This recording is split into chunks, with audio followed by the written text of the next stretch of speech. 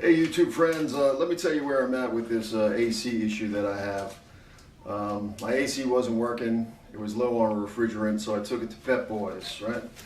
Pep Boys charged me $241 to recharge it and to put dye in the system, which they did. A couple of days later, it wasn't working. I took it back to Pep Boys.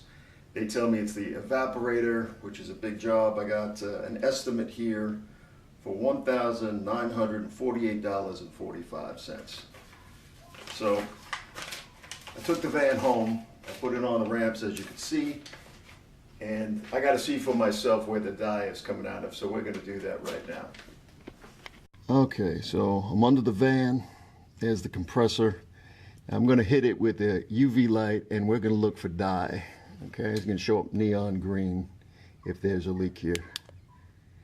And boom, there it is. See that line right there? It's neon green. Going to the compressor. That's where the leak is. They're telling me it's the evaporator, so we're going to have to go back. We're going to have to go back to Pep Boys and see what they say about the whole thing. Alright, so there is the whole... There's the drain line right there to the evaporator. Now, you would think that if there was dye coming out of there, that whole back section would be covered. And if you come out, you can see there's no dye anywhere to be found other than right there. So we're going to find out what goes on. Alright, so I just got back from Pep Boys. I spoke with the manager there. I explained the situation. I said I crawled under the van. The only thing I see dye on is the low pressure line going into the compressor.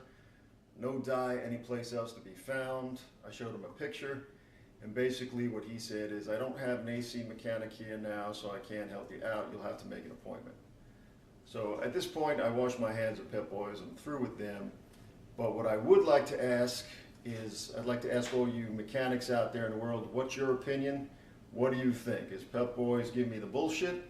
Could there be some mistake or some other diagnosis? Or do you really think it's the compressor and the low pressure line?